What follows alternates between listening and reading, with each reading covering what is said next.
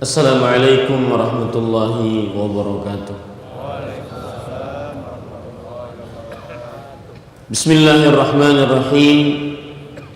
Innal hamdalillah nahmaduhu wa nasta'inuhu wa nastaghfiruh wa na'udzu billahi min shururi anfusina wa sayyiati a'malina. Man yahdihillahu fala mudilla lahu ومن يضلل فلا هادي له وأشهد أن لا إله إلا الله وحده لا شريك له وأشهد أن محمدا عبده ورسوله. يا أيها الذين آمنوا اتقوا الله حق تقاته ولا تموتن إلا وأنتم مسلمون. يا أيها الناس اتقوا ربكم الذي خلقكم من نفس واحدة وخلق منها زوجها وبث منهما رجالا كثيرا ونساء واتقوا الله الذي تساءلون به والأرحام إن الله كان عليكم رقيبا. يا أيها الذين آمنوا اتقوا الله وقولوا قولا سديدا يصلح لكم أعمالكم ويغفر لكم ذنوبكم ومن يطع الله ورسوله فقد فاز فوزا عظيما. أما بعد فإن أصدق الحديث كتاب الله وأحسن الهدي هدي محمد صلى الله عليه وعلى آله وسلم وشر الأمور محدثاتها وكل محدثة بدعة وكل بدعة ضلالة وكل ضلالة في النار. Alhamdulillah, kita bersyukur pada Allah Subhanahu wa taala pada pagi Ahad 19 Rabiul Tsani 1436 Hijriah ini kita ditakdirkan oleh Allah Subhanahu wa taala setelah selesai melaksanakan kewajiban seorang muslim, yaitu mengerjakan salat subuh berjamaah, kita ditakdirkan oleh Allah Subhanahu wa taala untuk berkumpul di Masjid Baitul Ma'mur ini dalam rangka mengkaji ayat-ayat suci Al-Qur'an dan hadis-hadis Rasul sallallahu alaihi wa ala alihi wasallam. Salawat dan salam semoga selalu Allah berikan kepada Nabi kita Muhammad sallallahu alaihi wa ala alihi wasallam, pada keluarga beliau, para sahabat serta orang-orang yang mengikuti beliau sampai hari kiamat kelak.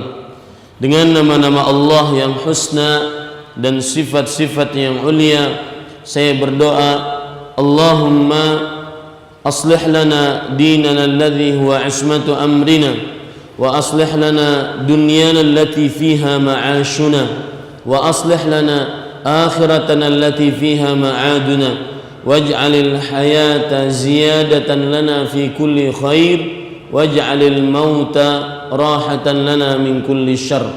Wahai Allah, perbaikilah urusan agama kami yang merupakan benteng diri kami,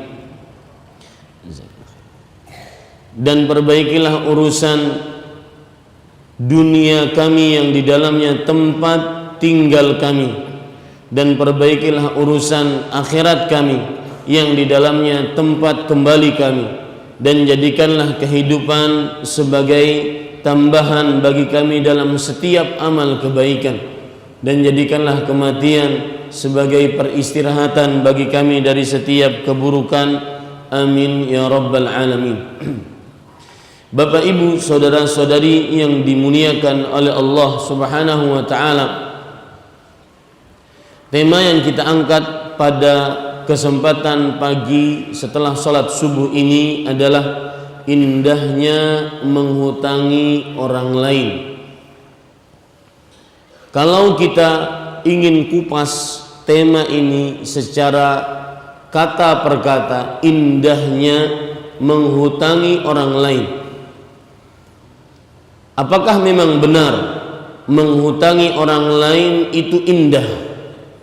Bukankah ketika kita menghutangi orang lain maka kita mengeluarkan uang, kita mengeluarkan harta yang nantinya harta tersebut akan tertahan pada orang tersebut untuk beberapa saat.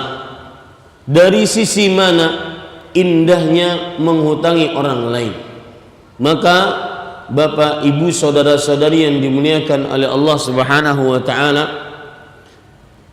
sebelum saya masuk kepada hal-hal yang menunjukkan indahnya menghutangi orang lain, maka saya ingin memberikan beberapa muqaddimah. Yang pertama, ketahuilah bahwasanya di dalam surga, di dalam dunia terdapat surga. Barang siapa yang belum pernah masuk ke dalam surga dunia, maka dia tidak akan pernah masuk ke dalam surga akhirat. Sebagaimana perkataan Syekhul Islam Ibnu Taimiyah rahimahullahu taala, beliau mengatakan, inna fid dunya jannatan man lam yadkhulha lam yadkhul jannatal akhirah. Sesungguhnya di dunia terdapat sebuah surga. Barang siapa yang belum masuk ke dalam surga dunia, niscaya dia tidak akan pernah masuk ke dalam surga akhirat. Apa maksud perkataan ini? Perkataan ini bukan ayat, bukan hadis. Perkataan seorang ulama besar abad ke-8 Hijriah. Tetapi perkataan ini adalah intisari dari beberapa ayat dan beberapa hadis-hadis Rasul sallallahu alaihi wasallam. Inna fid dunya jannatan. Sesungguhnya di dunia terdapat sebuah surga. Barang siapa yang belum pernah masuk ke dalam surga dunia, niscaya dia tidak akan pernah masuk ke dalam surga akhirat. Maksud perkataan ini adalah di dalam dunia terdapat sebuah surga, yaitu kelezatan beribadah kepada Allah Subhanahu wa taala. Itulah surganya dunia. Kelezatan beribadah kepada Allah Subhanahu wa taala, itulah surganya dunia. Barang siapa yang belum pernah merasakan lezatnya ibadah kepada Allah, niscaya dia tidak akan pernah masuk ke dalam surga akhirat. Dan kelezatan ibadah kepada Allah kita bisa dapatkan adalah tatkala kita menjadi penolong bagi orang lain di saat kita pun aturan ditolong oleh Allah Subhanahu wa taala. Kelezatan ibadah akan kita dapatkan tatkala kita mampu menolong orang lain, padahal kita pun tergolong orang yang patut ditolong. Perhatikan baik-baik hadis Rasul sallallahu alaihi wasallam ketika beliau ditanya, "Ya Rasulullah, ayyu sadaqati a'zam?" Wahai Rasulullah sallallahu alaihi wasallam, sedekah mana yang paling besar ganjaran pahalanya? Sebelum saya lanjutkan, saya menyimpang sedikit.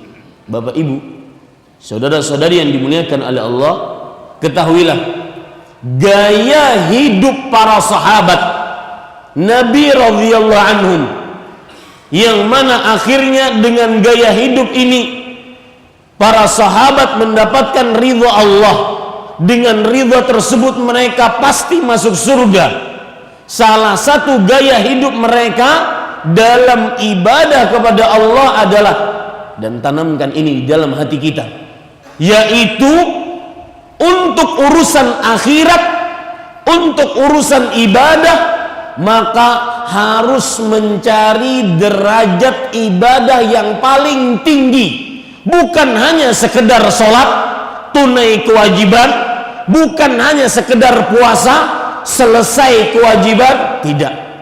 Mencari nilai kualitas ibadah sholat dan puasa serta ibadah-ibadah lainnya yang derajat tinggi, diambilkan dari hadis tadi.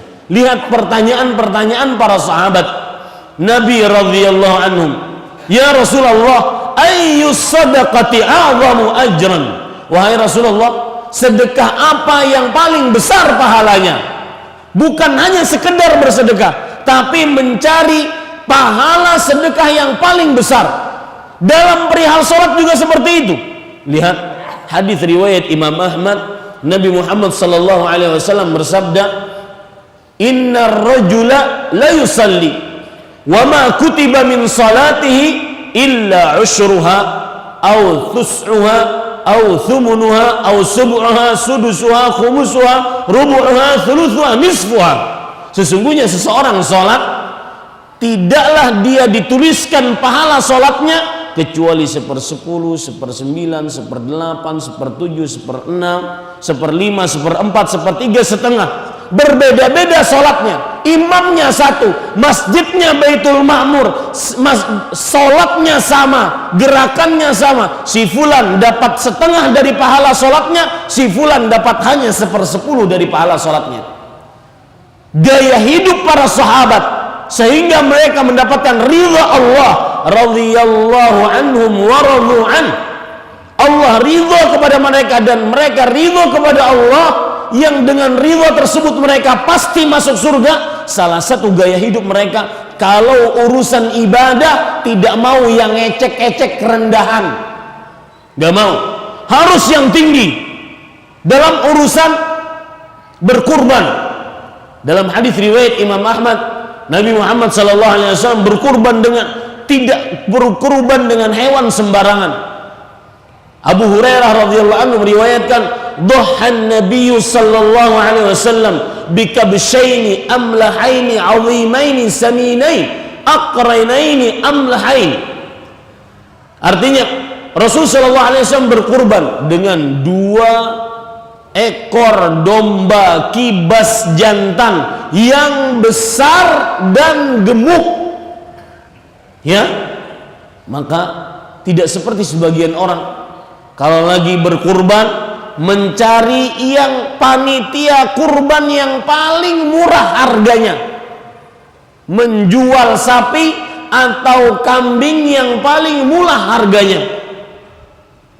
Akhirnya di hari-hari kurban, di hari raya Idul Adha, datang sapi-sapi setengah kambing.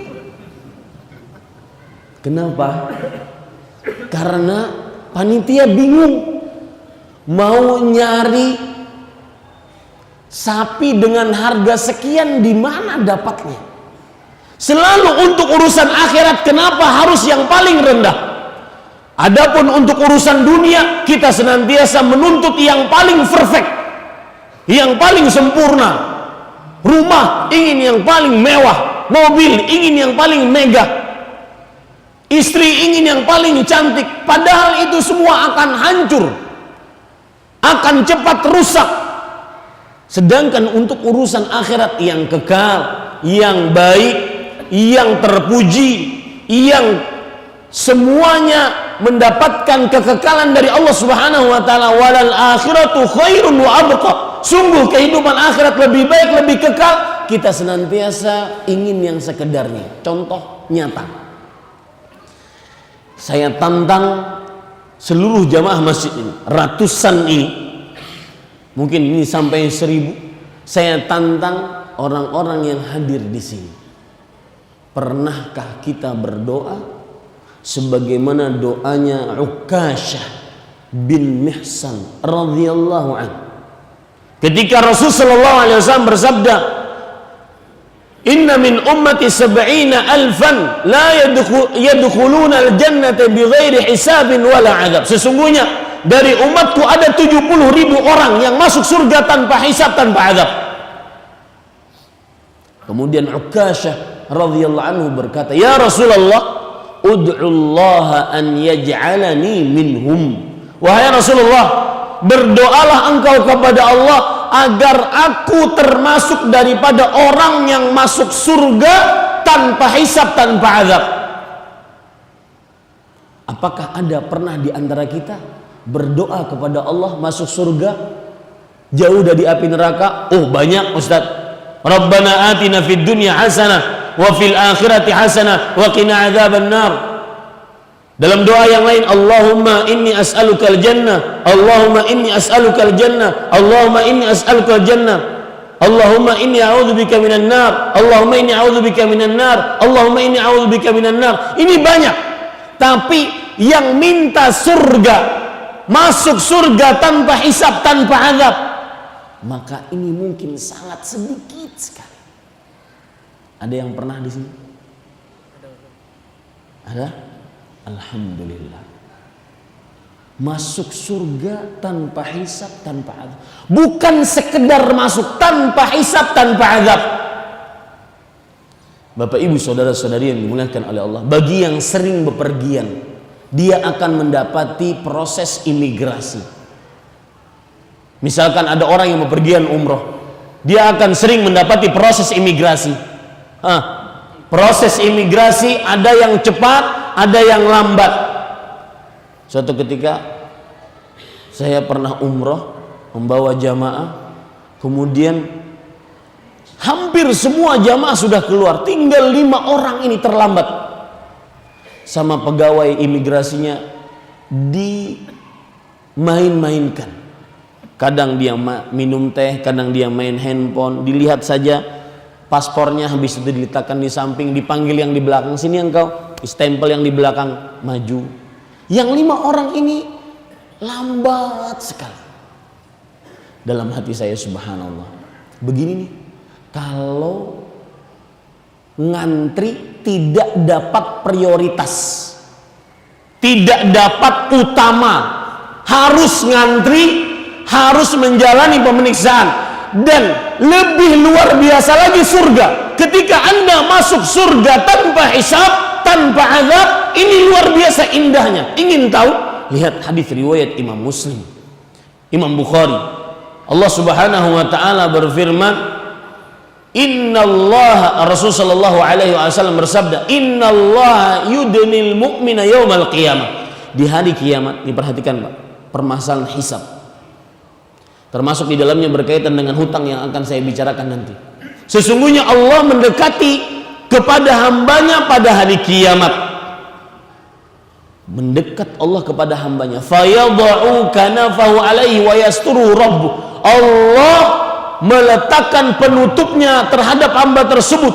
Tidak ada jarak antara Allah dengan hamba tersebut. Kemudian Allah bertanya, lihat beratnya hisab.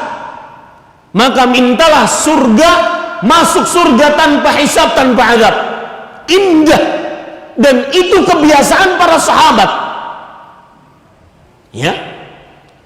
Kalau urusan akhirat, mencari yang paling eksklusif, yang paling perfect, sempurna. Ini tidak terbalik kadang-kadang. Urusan dunia yang paling sempurna, urusan akhirat sekedarnya. Nanti saya akan berikan contoh. Saya lanjutkan hadis tentang hisab tadi. Perhatikan baik-baik Bapak Ibu saudara-saudari. Kemudian Allah bertanya kepada fulan tersebut, ya fulan, ata'rifu dzamba kadza? Lihat, ini pemandangan hisab. Wahai fulan, tahukah engkau ini dosamu? Kemudian fulan tersebut mengatakan, bala ya Rabb. Nggak bisa, dia nggak bisa ngelak. Diperlihatkan oleh Allah dosanya. Iya wahai Rabbku, itu dosaku. Makanya kata para ulama, silahkan Anda bermaksiat asalkan Anda mampu untuk menghindar dari hisab Allah Subhanahu wa taala pada hari kiamat. Silahkan berzina, silahkan minum khamar, silahkan berriba, silahkan berbuat syirik, asalkan Anda mampu mengelak dari perhitungan Allah nanti pada hari kiamat, dan itu mustahil. Kemudian, ata'rifu dzamba kadza, ata'rifu dzamba kadza? Tahu enggak kamu ini dosamu, ini dosamu, ini dosamu? Sampai hatta qarrarahu bidzunubih, sampai dia menetapkan seluruh dosa-dosanya. Wa ra'a nafsahu annahu halak, dan dia mengira, wah udah binasa ini. Wah, udah ini sekak ster ini, udah habis, mati sudah. Pasti hancur, disiksa oleh Allah. Semua dosa diketahui oleh Allah. Maka itu pemandangan hisab.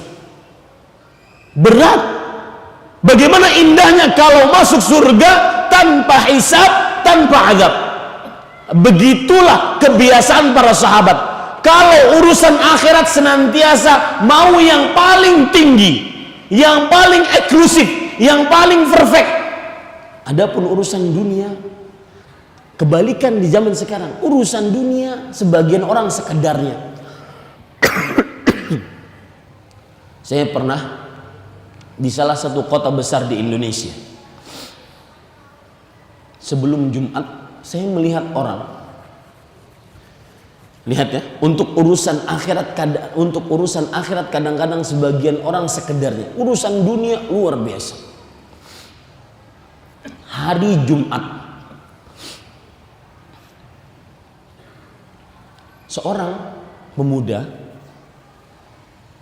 pergi sholat Jumat dengan pakaian bagaimana? Lihat, pakai kaos putih oblong, kemudian pakai celana selutut, kemudian pakai sarung. Sarungnya pun diletakkan di atas kepala, persis kayak orang siskamling.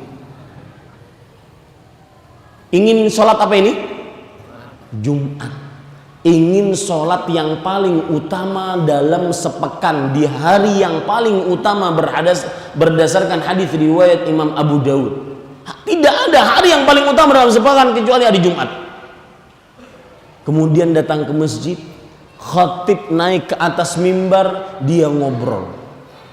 Pas sudah diiqomahkan sholat, baru turun sarungnya, baru dia pakai, itu pun tidak pakai peci. Itu ingin menghadap Allah, sang Khaliqnya yang menciptakannya. Ternyata apa? Kaos oblongnya itu pun ada tulisannya, ngapain lu lihat gua? Subhanallah. Gitu tuh menghadap Allah seperti itu. Coba kalau seandainya kerja, bagaimana dia necisnya? Pakai baju yang sudah disetrika, pakai celana yang begitu rapinya disetrika, harus pakai sepatu, harus peralatan. Sama sekarang kalau nuntut ilmu syar'i, lihat ya, kalau nuntut rezeki dunia, oh luar biasa. Mohon maaf yang kerja di bengkel, kadang-kadang di sini obeng nomor 21, di sini nomor 19, di sini nomor 20, semuanya lengkap, pakai baju kodok untuk nuntut rezeki dunia. Adapun ketika nuntut ilmu untuk keperluan akhirat, asal datang, tidak nyatat. Kena semua nih gak nyatat. Makanya saya umumkan, ini video bisa di-download nanti di mana panitia? Di balimengaji.com, silahkan dilihat nanti. Ya, kalau seandainya yang hadir sekelas Imam Syafi'i, silahkanlah nggak nyatat. Imam Syafi'i satu malam membaca kitab Muwatta ratusan hadis, beliau langsung hafal besoknya. Makanya kata Imam Malik rahimahullah, inna fika lanur fala tutfi'hu bil ma'siyah. Wahai Imam, wahai Syafi'i, sesungguhnya di dalam dirimu ada cahaya, maka jangan engkau redupkan cahaya tersebut dengan maksiat. Kalau ada seperti itu, monggo nggak nyatat, sekedarnya datang. Ini para ikhwah yang dirahmati oleh Allah Subhanahu wa taala. Kembali kita ke permasalahan tadi. Maka Bapak Ibu saudara-saudari, di dalam dunia terdapat surga. Surga dunia adalah lezat tatkala beribadah kepada Allah. Di antaranya saat kita sempit, kita tetap beribadah kepada Allah. Saat kita sedikit, tetap bersedekah kepada Allah. Saat harta juga kekurangan, kita tetap menghutangi orang lain. Ini lezat, lebih luar biasa lezat dibandingkan mendapatkan harta bertumpuk, emas, perak kiloan. Rasakan itu, Pak. Lihat hadis Rasulullah SAW tadi. Ya Rasulullah, ayyus sadaqati a'zam. Wahai Rasulullah, sedekah apa yang paling utama, paling besar? Ingat Pak, tadi sudah kita ambil pelajaran gaya hidup para sahabat, mencari yang paling tinggi, bukan yang paling rendah dalam ibadah. Dalam surga juga seperti itu. Saya tambah penjelasannya sedikit. Minta surga juga jangan mau surga yang ecek-ecek. Ada pernah bilang orang ke saya, Ustadz, saya tahu surga itu indah, saya ingin masuk surga, tapi saya tahu diri saya itu sukanya foya-foya, saya itu sukanya terlambat sholat, saya itu sukanya begini dan begitu, tapi saya ingin masuk surga. Boleh nggak saya berdoa kepada Allah, ya Allah masukkan saya ke dalam surga, meskipun emperannya saja nggak apa-apa deh? Maka jawabannya tidak boleh, harus minta yang paling tinggi. Rasulullah SAW bersabda dalam hadis riwayat Tirmidzi, is'alul firdaus, minta kalian surga firdaus. Kenapa wahai Rasulullah minta surga firdaus? Al firdaus a'lal jannah, firdaus adalah surga yang paling tinggi.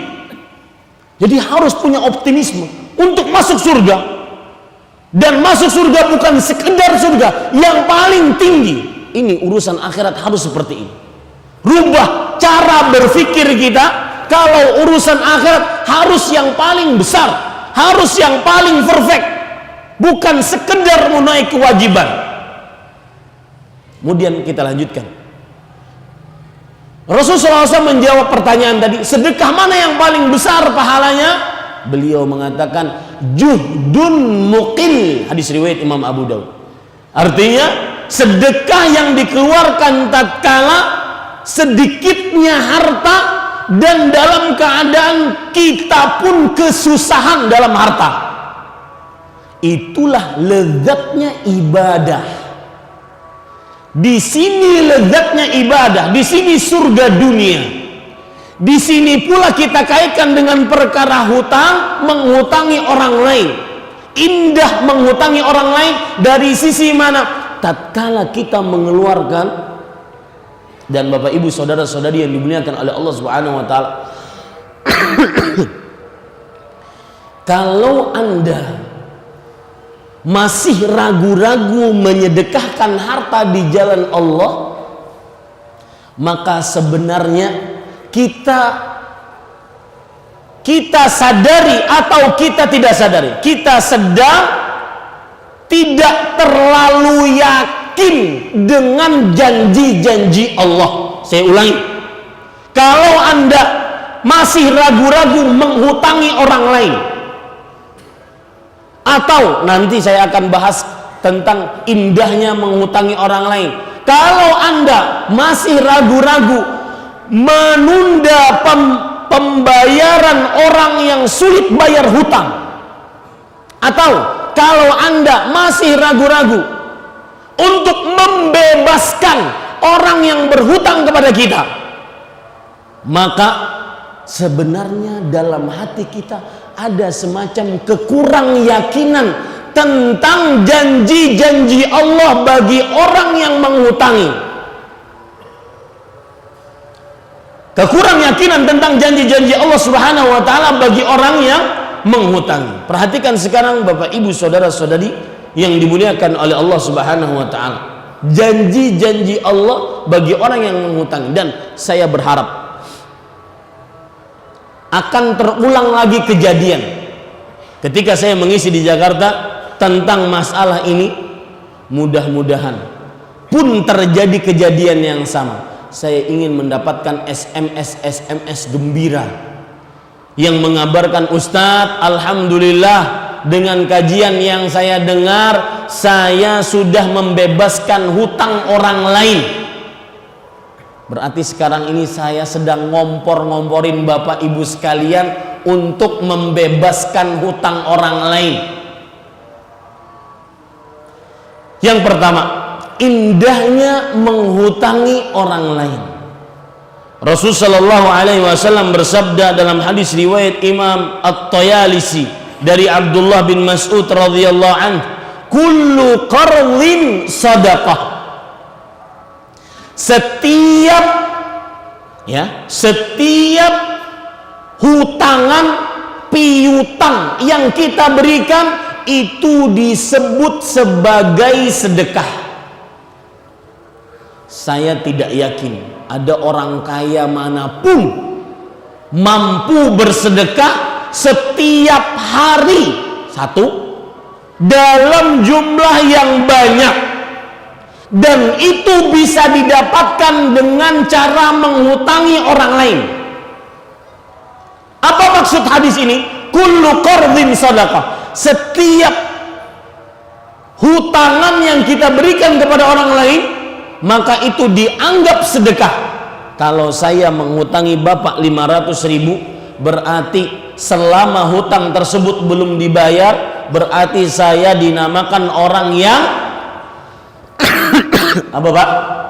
Bersedekah setiap harinya. Ada kira-kira orang yang bersedekah 500.000 per hari? Orang kaya mana saya jarang bersedekah seperti ini. Ada. Siapa mereka? Orang yang menghutangi orang lain. Ini sisi indahnya menghutangi orang lain yang pertama. Setiap piutang yang kita berikan kepada orang lain, maka itu dianggap sebagai pahala sedekah. Cuma Pak, sebagian orang sulit mengeluarkan ini. Ya, saya sebutkan saja secara detail. Misalkan, contoh, ada kerabat kita datang.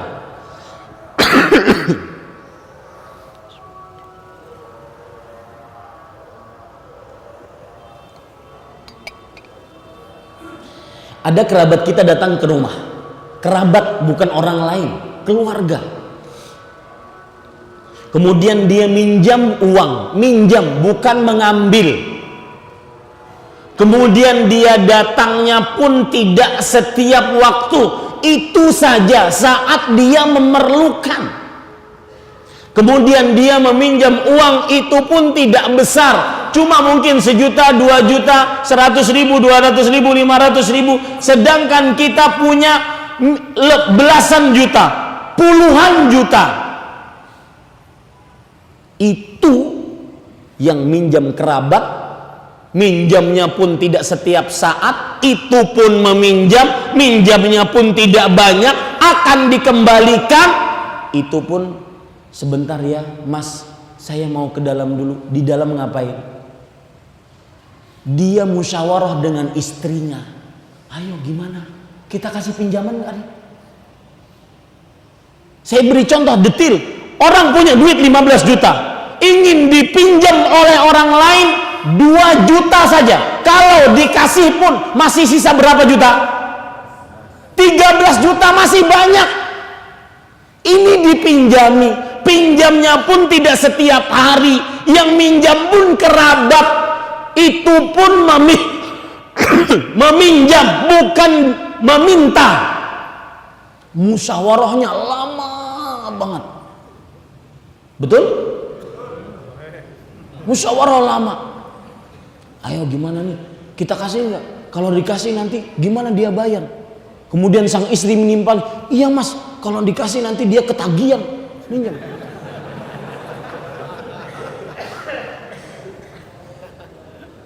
Sering seperti itu. Jujur saja kita dengan diri kita. Coba lihat, itu urusan akhirat seperti itu manusia.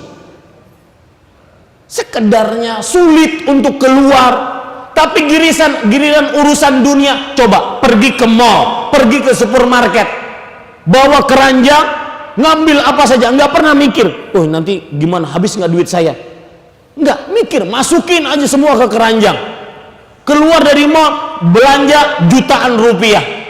Bahkan ada kadang-kadang, ini pernah saya sebutkan juga, ada kadang-kadang orang beli sesuatu karena lucu.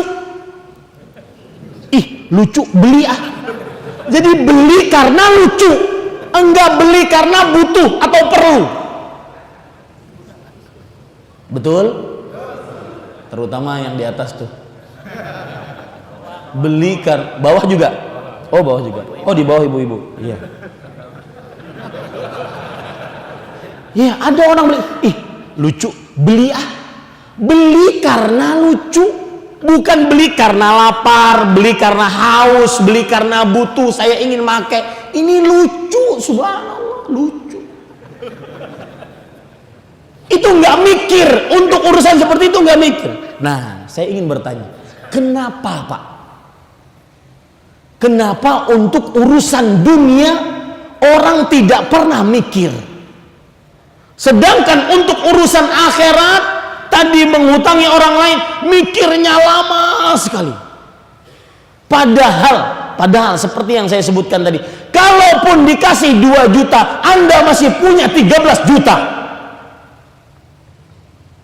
Ya, maka jawabannya adalah karena kita kadang-kadang kurang yakin dengan janji siapa? Allah.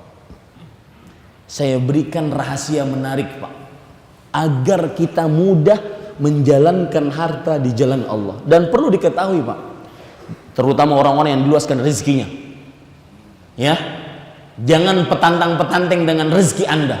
Rumah megah, mobil mewah, ya, emas di mana-mana. Saya pernah melihat ibu-ibu memakai emas, tahu Pak, dari mulai sini ke sini dipakai semua. Subhanallah, saya bilang, ya, ini kalau seandainya tahu hakikat harta sebenarnya adalah yang dijalankan di jalan Allah. Adapun yang rumah Anda tinggali sekarang, mobil yang Anda naiki sekarang, harta yang Anda simpan, yang paling hafal Anda warnanya. Apa warnanya, Pak? Merah. Bis itu kuning. Bis itu, ya, hafal kan? Paling hafal. Itu kapan kita mati, maka itu bukan milik kita. Yang milik kita mana? Yang kita jalankan di jalan Allah. Rasulullah SAW bersabda, yaqulu ibnu Adam mali. Anak manusia sering mengatakan, ini harta saya, ini Ustaz, ini kebun saya, ini Ustaz, ini rumah saya, ini pabrik saya, dan sebagainya. Ya, padahal kata Rasulullah SAW, ya bani Adam, malaka min malik illa, wahai anak manusia, kamu tidak punya harta kecuali, nih fungsi harta 3, illa ma'akalta fa'afnai, kecuali yang kamu makan, dan itu pun sisanya akan keluar. Aulabista, fungsi yang kedua, aulabista, atau yang kamu pakai, pakaian, rumah, alat transportasi yang dipakai, fa'ablait, itu pun akan hancur. Fungsi harta, dimakan, dipakai. Yang ketiga, au tasaddaqta fa'amdait, atau yang kamu jalankan di jalan Allah, kamu sedekahkan, menolong orang, menghutangi orang lain, itu yang merupakan milikmu hakiki. Ini para ikhwan yang dirahmati oleh Allah Subhanahu wa taala. Kembali kita ke permasalahan tadi. Saya ingin menyebutkan sebuah tips tadi. Kenapa seorang kalau urusan dunia, beli sesuatu, bahkan kadang-kadang kalau pergi ke luar negeri atau luar negeri, nah itu saya sudah kesal tuh, ya, kalau datang ke luar negeri atau luar negeri sampai ke Denpasar Bali, melihat orang-orang yang ada di Bali, ya cuma sampai Bali, Amerika, Eropa, cuma sampai, apalagi saya yang di pedalaman Banjarmasin, kampung. Nih Amerika, Eropa, padahal yang di sana dilihat cuma apa? Aurat. Betul? Ya, itu kalau ingin pelesiran ke luar negeri, itu lebih dari apa? Kadang-kadang mengeluarkan dolar, ribuan dolar, puluhan juta, nggak mikir. Tapi giliran ada yang meminjam uang 500.000, mikirnya lama. Sebentar ya Pak, saya masuk ke dalam dulu, musyawarah dengan istri 3 jam sampai ditinggal oleh si fulan tersebut yang ingin ngutang. Saya pulang dulu Pak, silahkan musyawarah dulu deh. Allah.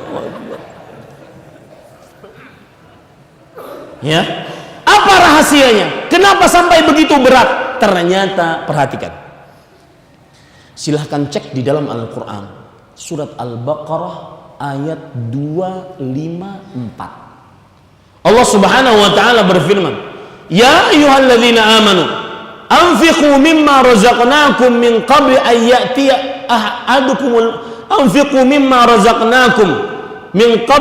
ya'tiya ahadakumul maut Wahai orang-orang yang beriman, sedekahkanlah harta kalian sebelum tidak ada qullatu wala syafa'ah wal kafiruna humudz zalimun. Tidak ada pertemanan nantinya di hari kiamat, tidak ada syafaat. Sedekahkan harta kalian. Lihat di sini perintah Allah Subhanahu wa taala untuk bersedekah. Perintah bersedekah, menghutangi orang lain atau mensedekahkan di jalan Allah Subhanahu wa taala harta ini akan terasa berat kalau kita tidak meyakini benar-benar kuasa Allah. Makanya setelah surat Al-Baqarah ayat 254 Allah menyebutkan ayat kursi ayat 255. Allahu la ilaha illa huwal hayyul qayyum.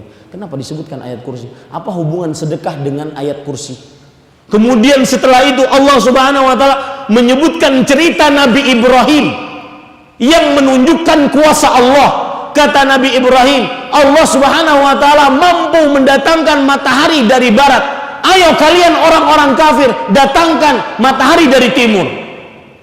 Kemudian Allah menceritakan tentang kuasanya lagi, bahwasanya Allah bisa menghidupkan yang mati.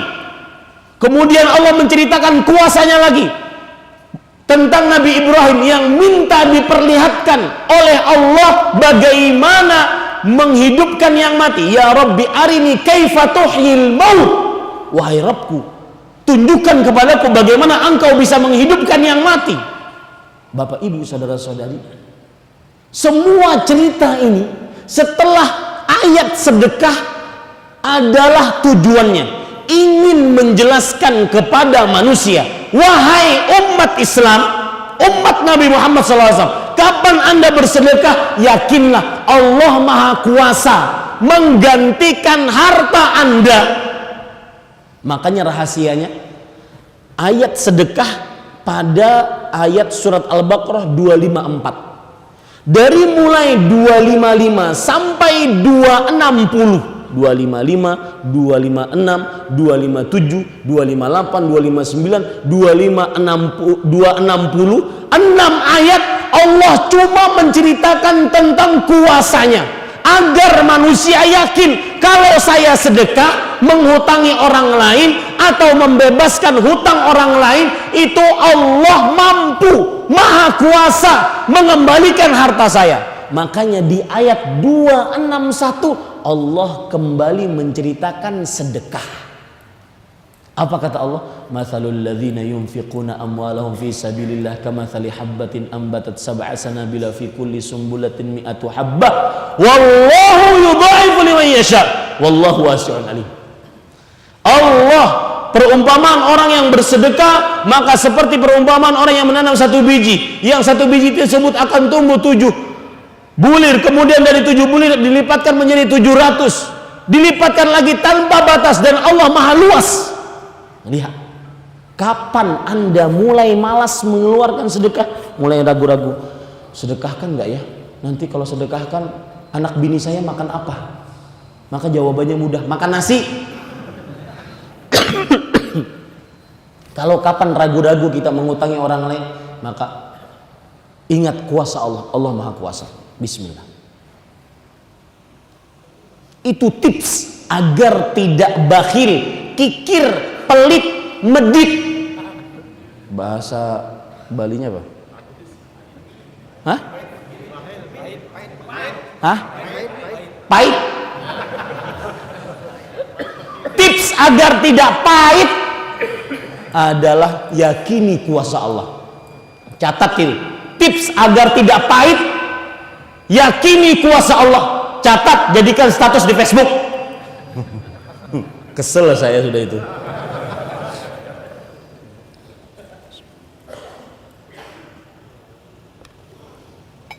Makanya para ulama rahimahullahu taala pernah mengatakan, di antaranya perkataan kalau tidak salah Syekhul Islam Ibnu Taimiyah, beliau pernah mengatakan qillatul jud su'udzanni bil maujud.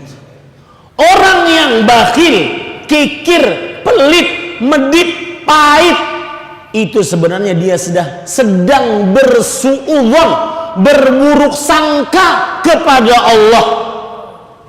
Jangan-jangan Allah enggak ganti, jangan-jangan Allah tidak mengganti harta saya. Ya, itu indahnya menghutangi orang lain. Yang kedua dilihat dalam hadis riwayat Imam Ahmad dari Abdullah bin Mas'ud radhiyallahu anhu juga, Rasul sallallahu alaihi wasallam bersabda, "Innas salafa yajri majrai syatras sadaqah, majra syatris sadaqah." Sesungguhnya menghutangi orang lain seakan-akan kita mendapatkan pahala setengah dari sedekah. Jadi kalau saya menghutangi 500.000 orang lain, maka berarti berdasarkan hadis ini, dan hadis ini riwayatnya sahih, seakan-akan saya selama belum dibayar hutang tersebut kepada saya berarti bersedekah setiap harinya setengah dari yang saya hutangkan. Berarti berapa? 250.000. Dan saya tidak yakin ada orang kaya manapun yang bersedekah setiap hari 250.000. Betul? Ini yang kedua, indahnya menghutangi orang lain. Yang kedua, dianggap bersedekah setiap harinya setengah dari jumlah yang ia hutangkan. Hadis yang lain, Nabi Muhammad sallallahu alaihi wasallam bersabda, hadis riwayat Imam Ibnu Majah. Ini indahnya menghutangi orang lain. Yang ketiga, ma min muslimin yuqridu musliman qardan marratain illa kana ka sadaqatiha marrah.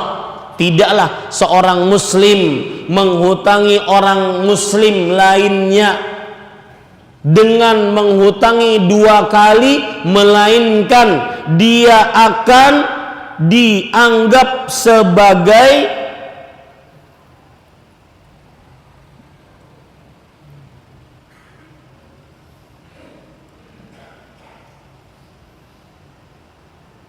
dia akan dianggap sebagai bersedekah sekali. Kalau saya menghutangi sekali orang lain, kemudian kali yang kedua, maka dianggap sebagai bersedekah sekali. Ini keutamaan yang ketiga, hampir sama semua, 1, 2, dan 3. Yang berbeda yang keempat. Perhatikan hadis riwayat Imam Muslim.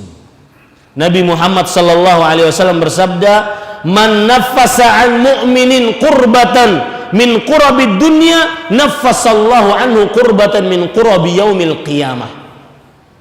Barang siapa yang melapangkan kesulitan seorang mukmin dari kesulitan dunia, diantaranya menghutangi orang lain, dan di sini terlihat indahnya Pak menghutangi orang lain. Pak, alangkah indahnya kalau seandainya orang benar-benar kesempitan, dengan bantuan kita dia benar-benar tertolong. Pada saat itu mungkin lisannya akan berdoa untuk kebaikan orang yang menolongnya. Maka salah satu fikih bersedekah Pak, bukan sekedar keluar harta sedekah, enggak. Cari orang yang paling sangat membutuhkan. Kalau kita tolong, kalau kita hutangi dia akan tertolong hidupnya. Cari orang-orang seperti ini. Dan ini amalan paling utama di sisi Allah. Dalam hadis Abdullah bin Umar radhiyallahu anhu, Rasul sallallahu alaihi wasallam ditanya, "Ayyul amali ahabbu ilallah?" Amalan apa yang paling dicintai oleh Allah? Nabi Muhammad sallallahu alaihi wasallam bersabda, "Sururun yudkhiluhu ala qalbi muslim."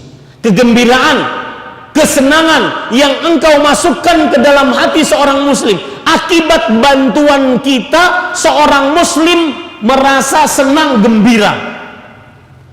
Sama, mungkin sama, saya bersedekah dengan bapak ini, tetapi beliau berkecukupan, dan saya bersedekah dengan orang yang di luar sana, tetapi orang tersebut sangat kelaparan. Sama sedekah, tetapi pahalanya beda. Yang di sana benar-benar merasa tertolong. Maka cari Pak yang seperti ini. Barang siapa yang melapangkan kesulitan seorang beriman dari kesulitan dunia, niscaya Allah akan lapangkan kesulitan akhiratnya. Bapak tahu kesulitan akhirat bagaimana? Satu, lihat Pak, kesulitan akhirat. Akhirat kita, saya, bapak, ibu, saudara-saudari sekalian, itu dimulai saat kita mati. Kapan kita mati, maka mulai saat itulah kiamatnya.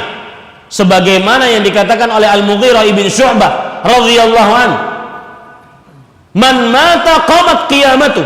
Barang siapa yang mati, mulai saat itu kiamatnya. Dan kalau berbicara masalah sakaratul maut saja, Pak, Abdullah bin Amr bin As radhiyallahu anhuma pernah bertanya kepada bapaknya tentang bagaimana sakaratul maut. Ya abati, wahai bapakku, kaifa sakaratul maut? Bapaknya sedang sekarat, dia tanya, rasa sekarat yang kamu rasakan gimana wahai bapakku? Ini subhanallah, anaknya ini bukannya malah ya, tetapi itulah para sahabat Nabi radhiyallahu anhu. Wahai bapakku, engkau pernah berkata ketika engkau masih sehat, alangkah indahnya kalau saya bertemu dengan orang yang berakal, menceritakan bagaimana beratnya sakaratul maut. Sekarang engkau dalam keadaan sakaratul maut, maka ceritakanlah kepada kami bagaimana sakaratul maut. Perhatikan, yang belum pernah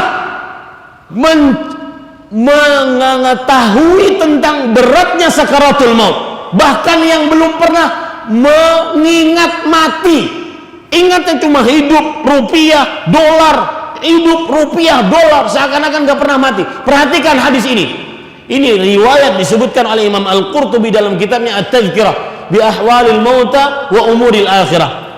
Kata sahabat Abdullah bin Amr bin As radhiyallahu anhu, bagaimana kematian, bagaimana sakaratul maut.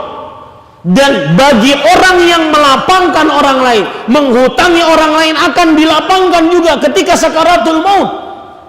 Beliau mengatakan, ka'anna jambi fi takht, seakan-akan tubuhku ini disempitkan. Kemudian Pak, belum selesai itu. Sebelum saya lanjutkan, silahkan nafas Anda dalam-dalam pagi ini. Kata Amr bin As radhiyallahu an, ka'anni atanaffasu min sammi ibrah, seakan-akan aku bernafas dari lubang jarum. Yang belum pernah mengenal kematian, tolong orang agar kita dilapangkan ketika kita dalam keadaan mati, bernafas dalam lubang jarum. Tarik napas dalam-dalam senyaman-nyamannya sekarang, sebelum Anda bernapas dari lubang jarum ketika sakaratul maut. Belum selesai itu. Wa ka'anna ghusna syauqin yamurru min hamati min qadamayya ila hamati, seakan-akan ranting-ranting berduri dijalankan dari kedua telapak kakiku, dipukulkan sampai ke kepalaku. Itu sakaratul maut. Itu sulitnya kesulitan hari kiamat. Siapa yang ingin dilapangkan dari kesulitan hari kiamat, silahkan lapangkan orang ketika dia sulit di dunia. Hutangi orang lain, bebaskan orang lain. Ini Bapak Ibu saudara-saudari yang dimuliakan oleh Allah, itu baru kesulitan pertama. Itu pun tatkala mati. Belum lagi kesulitan dikubur. Rasulullah SAW bersabda, "Ma ra'aitu manzaran qat afdha'a minal qabr." Aku tidak pernah melihat pemandangan yang paling mengerikan kecuali tatkala mayat di dalam kubur. Datang dua malaikat yang besar, hitam kebiru-biruan, melakukan fitnatul qabr, pertanyaan dalam kubur.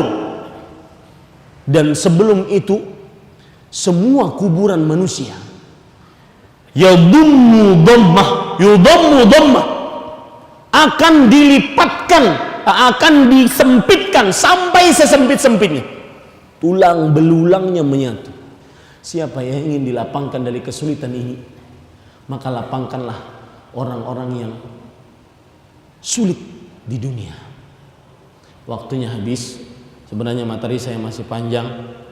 Sebenarnya masih banyak indahnya menghutangi orang lain. Saya sebutkan secara cepat di antaranya. kesulitan akhirat Pak, yaitu berjalan di atas sirat. Semua dari kita akan menjalaninya. Sifat sirat 6. Yang pertama, dahbun, licin, becek, mazillah, menggelincirkan. Yang kedua, ahaddu minas sayf adaqqu minasy-sya'r, lebih tipis dari rambut, lebih tajam dari pedang. Kemudian yang kelima, yaitu fi hafataihi kalalib wa hasak, di samping-sampingnya ada besi-besi bengkok pengait. Diperintahkan untuk dikait, orang-orang yang diperintahkan untuk dikait. Dalam keadaan seperti itu pun ditambah gelap. Jembatan yang seperti itu, yang semua manusia harus melewatinya, ditambah dengan dalam keadaan gelap. Semua manusia akan diperintahkan berjalan dan mendapatkan cahaya sesuai dengan apa? Bukan bentuk rupa wajah, bukan dengan titel, bukan dengan jabatan, dengan harta, dengan amal. Ya. Nah, ini orang akan dimudahkan jalan di atas sirat yang sifatnya seperti itu kalau seandainya dia melapangkan kesulitan orang lain, di antaranya menghutangi orang lain. Kemudian Bapak Ibu saudara-saudari yang dimuliakan oleh Allah, indahnya menghutangi orang lain yang keempat, yaitu dia seperti memerdekakan budak. Dalam hadis riwayat Imam Tirmidzi, seperti memerdekakan budak. Dan pahala memerdekakan budak, setiap anggota tubuhnya dibebaskan dari api neraka, sampai kemaluannya dibebaskan dari api neraka. Ya, ini yang bisa saya sampaikan. Sebenarnya masih banyak yang lain karena tidak cukup waktunya. Terima kasih atas perhatiannya. Silahkan mungkin jika ingin masuk kepada sesi yang selanjutnya. Wa sallallahu nabiyana Muhammad walhamdulillah rabbil alamin. Assalamualaikum warahmatullahi wabarakatuh. Waalaikumsalam warahmatullahi wabarakatuh. Ustaz, mungkin saya akan menanyakan tadi kalau Ya. saya ini biasa tidak berdiri, Ustaz. Jadi lebih luas saya harus ngomong. Sekarang sudah berdiri agak canggung. Ustaz, tadi sudah diceritakan permasalahan mendasar dalam memberikan hutang. Bagaimana orang yang berhutang itu tidak mampu mengembalikan. Rata-rata yang saya perhatikan di dalam analisa bank apapun itu selalu berdasarkan bagaimana mereka nanti akan mengembalikan. Nah, ini menyangkut bank-bank yang demikian tentunya tidak akan memberikan hutang pada. Nah, ini sudah terakumulasi pada orang itu sendiri. Bagaimana seorang yang diberi hutang itu tidak bisa mengembalikan, sedangkan ada hadis kalau tidak salah agak-agak orang yang punya hutang di dunia akan terhalang masuk surganya. Mungkin bisa dijelaskan cara itu. Iya. Assalamualaikum warahmatullahi wabarakatuh. Waalaikumsalam warahmatullahi wabarakatuh. Mungkin maksud dari pertanyaan Bapak adalah ketika orang berhutang kepada bank, maka bagaimana? Maka jawabannya, meskipun berhutang kepada bank konvensional itu riba dan asal hukumnya haram, karena Rasulullah SAW melaknatnya, la'anallahu akilar riba wa mukilahu wa syahidahi wa katibahu wa qalahu bisawa. Allah Subhanahu wa taala melaknat pemakan harta riba dan pemberi makan harta riba, yaitu yang berhutang, dan dua saksinya dan penulisnya. Rasulullah SAW bersabda, semuanya sama, yaitu dapat laknat. Maka meskipun dia berhutang pada instansi yang ribawi, tetap dia harus bayar sampai lunas. Kenapa? Karena itu masih dianggap sebagai hutang. Tetap harus bayar meskipun dengan riba-ribanya. Kemudian ada fatwa ulama kontemporer menyatakan, jika Anda tidak mampu untuk membayar dengan riba-ribanya, maka usahakan bayar pokoknya saja. Hutang pokoknya saja. Kemudian Bapak Ibu saudara-saudari yang dimuliakan oleh Allah, tadi perkataan tadi yang Bapak tanyakan tadi, yaitu orang yang berhutang kalau tidak bayar maka dia tertahan masuk surga, dan itu hadis sahih. Saya kemarin hari Jumat baru pertama datang maghrib di Bali ini, saya kajian di Masjid Al-Ikhlas di bandara, dekat bandar udara. Di situ saya jelaskan tentang terhina karena hutang. Nah, salah satu yang menyebabkan orang terhina karena hutang tadi, hadis yang menyebutkan innahu ma'surun bidaini, sesungguhnya dia tertahan dengan hutangnya. Para ulama menjelaskan ma'sur di sini adalah mahbusun an dukhulil jannah, dia tertahan dari masuk surga. Dan masih banyak yang lain sisi terhinanya karena hutang. Makanya saya katakan agar kita tidak mudah-mudah berhutang, karena tema kita ini sebenarnya ingin mengajak orang yang menghutangi orang lain atau membebaskan hutang orang lain. Adapun kepada orang yang berhutang, jangan mudah-mudah berhutang kecuali dalam keadaan sangat-sangat memerlukan. Karena beratnya permasalahan hutang, salah satu di antaranya yaitu Nabi Muhammad SAW di awal-awal Islam, beliau tidak mau mensalati jenazah yang mempunyai tanggungan hutang. Dalam hadis riwayat Bukhari dari Alqamah dari Salamah ibn Aqwa radhiyallahu anhu, beliau bercerita, anna Nabi sallallahu alaihi wasallam utiya bi janazah. Beliau didatangkan jenazah. Kemudian setelah itu beliau pasti bertanya, hal alaihi min dain, jenazah ini punya hutang enggak? Kalau kata para sahabat, la, tidak wahai Rasulullah sallallahu alaihi, maka Nabi Muhammad SAW mensolati jenazah tersebut. Didatangkan jenazah yang lain, kemudian Rasulullah SAW bertanya lagi, hal alaihi min dain, wahai fulan, wahai para sahabat, ini jenazah punya tanggungan hutang tidak? Kalau dikatakan kepada Rasulullah, na'am, iya wahai Rasulullah, maka di awal-awal syariat Islam Rasulullah SAW mengatakan, sallu ala sabi, silakan salati jenazah kalian sendiri, saya nggak mau salat. Lihat, yang mati membawa hutang tidak disolati oleh Rasulullah. Kalau tidak disolati oleh Rasulullah itu bencana, tidak dapat doa dari Rasulullah SAW. Itu di awal-awal syariat Islam. Meskipun nanti di akhir-akhirnya Rasulullah SAW bertanya, ada nggak yang mau membayarkan hutang atas mayat ini? Kalau ada, baru Rasulullah SAW sholat. Kalau tidak ada, sholati jenazah kalian. Itu beratnya hutang. Maka jangan bermudah-mudah hutang. Ya, semuanya dikredit. Kredit itu kan hutang. Boleh syariat Islam kredit boleh, tapi itu hutang. Rumah kredit, mobil kredit, motor kredit. Kalau perlu celana dalam kredit, ya, semuanya dikredit. Hati-hati, kita umur tidak ada yang mengetahuinya. Maka jangan sampai, bahkan ada hadis riwayat Muslim, ini juga termasuk terhinanya hutang. Terhina karena hutang. Yughfaru lisyahid kulla dzambin. Yughfaru lisyahid kulla dzambin illa dain. Orang yang mati syahid berjihad di jalan Allah akan diampuni dosanya, seluruh dosa, kecuali hutang. Maka berat permasalahan hutang. Dan saya sebutkan di sini Bapak Ibu saudara-saudara sekalian, ya, yang berhutang minta halal sekarang. Lunasi atau minta halal hari ini.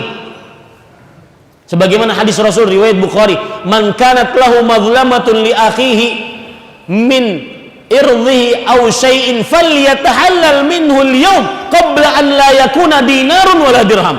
Barang siapa yang ia mempunyai kezaliman terhadap saudaranya, hutang belum bayar, itu kezaliman.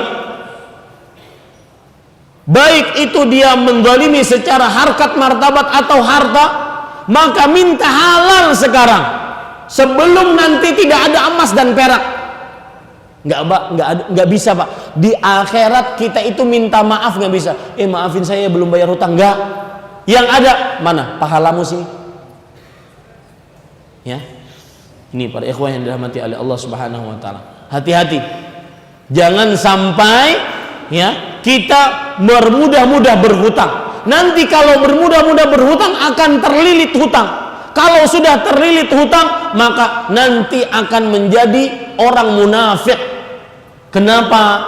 Karena Rasulullah SAW bersabda, inna rajula idza gharima haddatsa fa kadzaba wa wa'ada fa akhlaf. Sesungguhnya seseorang kalau terlilit hutang maka kalau dia berkata-kata dusta, kalau janji pasti ingkar janji.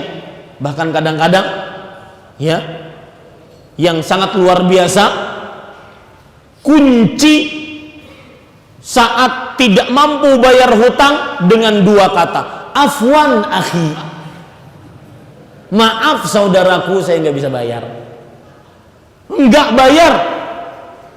Kalau seandainya kita punya hutang maka harus dibayar. Kak Ustadz, kalau yang menghutangi orang yang menghutangi kita itu sudah meninggal, maka cari keluarganya. Ustadz, keluarganya pindah ke Afrika Selatan, cari di Afrika Selatan.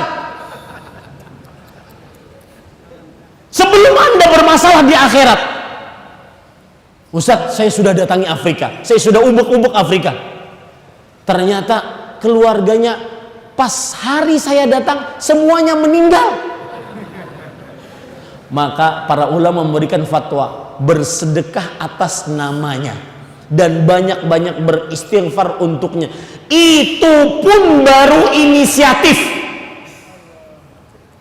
Artinya nanti di akhirat Anda akan berhadapan dengan orang yang menghutangi Anda. Orang yang menghutangi Anda mengatakan, sini kita hadap sama Allah dulu, mana pahalamu? Itu inisiatif. Orang ini mengatakan, saya sudah bayar hutangmu dengan sedekah, saya niatkan untukmu, saya beristighfar untukmu. Enggak, mana pahalamu? Inisiatif itu, Pak. Kenapa, Pak? Karena para ulama mengatakan hukukul adamiyin mabniyatun 'alal musyahah. Hak antar manusia di hari kiamat dibangun di atas saling meminta. Kenapa saling meminta? Nggak mungkin orang di hari kiamat memaafkan. Udah ya, saya maafkan, saya selesai urusan. Nggak.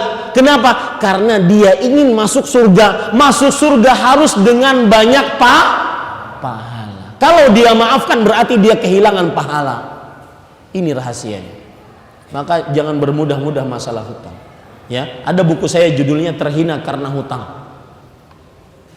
Itu yang kita bahas kemarin Jumat sore habis maghrib. Nah, ada yang lain? Wallahu a'lam. Silahkan.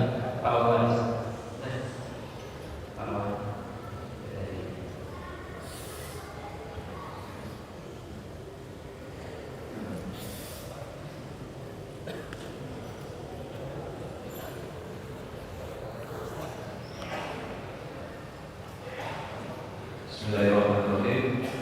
Dalam hal membebaskan hutang, apakah ini juga melihat kondisi seseorang yang berhutang sama kita? Ini alhamdulillah saya ada dua hutang dengan seseorang yang kalau saya melihat kondisinya, yang satu jauh lebih baik dari saya kondisinya, artinya orang kaya, dan yang satu agak lebih sih ya. Jadi apakah yang bersangkutan harus datang ke saya untuk kita dikhawatirkan, atau ya sudah saya sampaikan aja, ya sudah saya khawatirkan gitu, atau gimana Ustaz? Iya, bagus pertanyaannya. Maka sebelum saya jawab, saya ingin menyebutkan ini yang tersisa dari kajian sebenarnya, yaitu keindahnya membebaskan hutang orang lain. Sebelum saya sebutkan hadisnya pun saya ingin bercerita. Sebagian orang kadang-kadang pernah pedagang bertanya kepada saya, Ustadz, susah ya menghutangi orang lain tuh, susah nagihnya, susah bayarnya. Maka saya katakan kepada bapak tersebut, Pak, bapak punya rekening berapa sih di bank? Alhamdulillah Ustaz, ratusan juta. Hutang orang tersebut berapa, Pak? 1 juta Ustaz. Ya akhi, bebaskan. Anda punya ratusan juta, Anda punya puluhan juta, bebaskan. Ya, lihat hadis ini. Rasulullah SAW bersabda dalam hadis riwayat Bukhari, kana rajulun min bani Israel, kana tajirun min bani Israel yudayinun nas. Ada seorang pedagang kaya di zaman Bani Israel, beliau sering menghutangi orang lain. Kemudian fa idza ra'a mu'siran qala li fityani, kalau orang tersebut melihat orang yang berhutang kepadanya sulit bayar hutang, maka dia berkata kepada pegawainya, tajawaz anhu la'allallahu an yatajawazana. Wahai pegawaiku, orang ini sulit bayar hutang, sudah bebaskan dia, semoga Allah membebaskan kita dari api neraka. Maka kata Rasul sallallahu alaihi wasallam, fatajawazallahu an. Maka Allah Subhanahu wa taala, kata Rasul sallallahu alaihi wasallam, memaafkan dan membebaskan orang tersebut dari api neraka. Ini keutamaan membebaskan orang dari hutang dengan ikhlas, dan tidak hadis tersebut tidak disebutkan bahwasanya dia kaya atau tidak. Yang penting dia sulit bayar hutang, bebaskan. Ya, ada cerita menarik, Pak. Cerita ini dari negeri seberang, dari Lombok. Beliau pernah dua mata dengan saya, Ustadz, saya ingin dua mata dengan Ustadz. Berhadap-hadapan, berbicara, curhat. Kemudian beliau mengatakan, boleh nggak saya menagih hutang? Saya bilang boleh, Pak. Para sahabat saja jangan, Pak, jangan kita biasa. Para sahabat nagih hutang kepada Rasulullah. Boleh, itu hak Bapak. Tapi kalau Bapak ingin keutamaan, bebaskan. Dan beliau saudagar kaya, mungkin saudagar minyak. Saya katakan, bebaskan, Pak. Selesai. Bapak punya berapa? Ratusan juta, miliar mungkin. Hutangnya berapa? Bebaskan. Tapi itu pun hak Bapak. Iya, Ustaz, saya sebenarnya ingin membebaskan. Cuma apa lagi, Pak? Sudah bebaskan, selesai. Tapi itu pun hak Bapak. Iya, Ustaz, saya ingin membebaskan. Cuma hutangnya lumayan besar. Saya langsung tembak bapak tersebut. Hutangnya berapa, Pak? 10 juta. Bapak punya ratusan juta. Apalagi yang katanya yang berhutang kerabatnya, apalagi kerabat, Pak. Keluarga, bukan orang lain. Bebaskan. Jaminannya surga. Itu pun hak Bapak untuk menagih. 50 juta. Bapak punya 1 miliar. Maka, iya Ustaz, saya mau bebaskan. Cuma hutangnya lumayan besar. Memang hutangnya berapa, Pak? 2 miliar, Ustaz. Saya ketika diberitahu tersebut, saya merubah sebentar, Pak. Begini ya, Pak, saya bilang. Kalau saya jadi bapak, saya pun mau mikir-mikir dulu. Maka akhirnya saya beri solusi. Saya katakan, Pak, silahkan istikharah, Anda punya Allah Subhanahu wa ta'ala, dan nanti beritahu saya apa keputusan Bapak. Tidak beberapa lama saya ketemu dengan orang tersebut. Beliau mengatakan, Ustadz, saya dapat jawabannya. Apa, Pak? 2 miliar untuk Allah Subhanahu wa ta'ala. Itu harta hakiki. Apalagi yang kadang-kadang cuma hutang orang 10.000 dibawa kemana? Ke pasar-pasar, kemana-mana. Pak Haji berhutang kepada saya, nggak belum bayar. Berapa hutangnya? 10.000. Ya sih, bebaskan. Kita masih punya puluhan juta, ratusan ribu. Ya, ini para ikhwan sekalian, karena jaminannya surga asalkan kita ikhlas. Maka mungkin pertanyaan tadi dijawab, kalau seandainya orang kaya yang tidak mau bayar hutang. Ini sedikit juga menyimpang sebelum saya jawab. Hati-hati dengan hutang. Penyakit orang berhutang itu malas bayar. Ini buktinya cerita beliau tadi. Dan dalilnya, buktinya itu dalilnya dari saya. Dalilnya hadis riwayat Bukhari. Rasulullah SAW bersabda, matlul ghani zulmun. Menunda-nunda pembayaran dari orang kaya, itu orang yang mampu bayar, itu adalah sebuah kezaliman. Makna tersirat dari hadis ini adalah sifat buruk dari orang yang berhutang pasti nunda-nunda. Meskipun dari orang yang mampu bayar, entar aja. Itu yang terjadi kepada Bapak. Maka meskipun dia orang yang diluaskan rezekinya, kalau Bapak ingin membebaskan, silahkan bebaskan. Kecuali kalau ingin menanamkan nilai edukasi, pendidikan kepada orang yang berhutang, maka katakan kepada dia, tagih dia, agar dia belajar dari hak orang lain harus dikembalikan. Adapun masalah bapak ingin membebaskan, maka ada beberapa cara. Yang pertama, ya sudah, bapak tidak beritahu kepada orang tersebut, sudahlah, tidak, saya bebaskan, selesai. Nggak perlu juga dia datang ke bapak, bapak manggil dia, nggak perlu. Bebaskan karena Allah, sudah selesai urusan dia. Bisa dipahami Pak? Nah, wallahu a'lam. Tapi ingat sekali lagi, kalau kita ingin memberikan nilai edukasi, maka itu lain hal.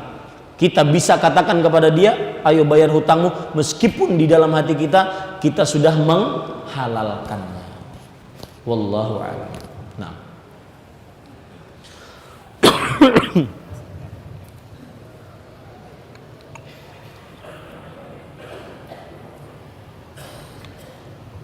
Assalamualaikum warahmatullahi wabarakatuh. Ya. Terima kasih atas waktunya. Menarik sekali kajian ini. Saya ingin mengatakan beberapa pengalaman. Sifat dasar seseorang itu bakhil.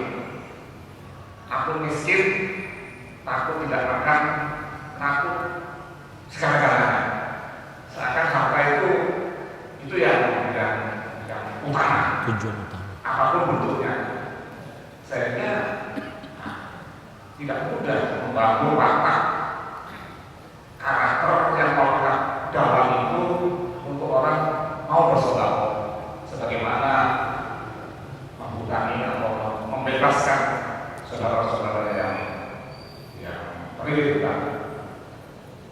Mudah-mudahan ini salah mau diuruskan. Tapi saya ingin juga mengatakan bagaimana seorang yang miskin itu bersedekah pada orang yang kaya akhir. Persepna apa itu?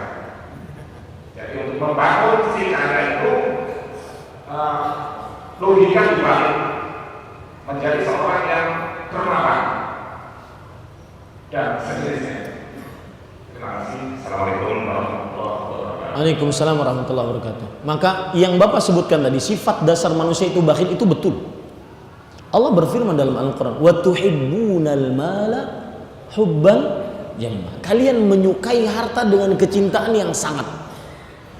Dalam ayat yang lain Allah Subhanahu wa taala berfirman, wa innahu lihubbil khair lasyadid. Sesungguhnya manusia sangat suka terhadap harta.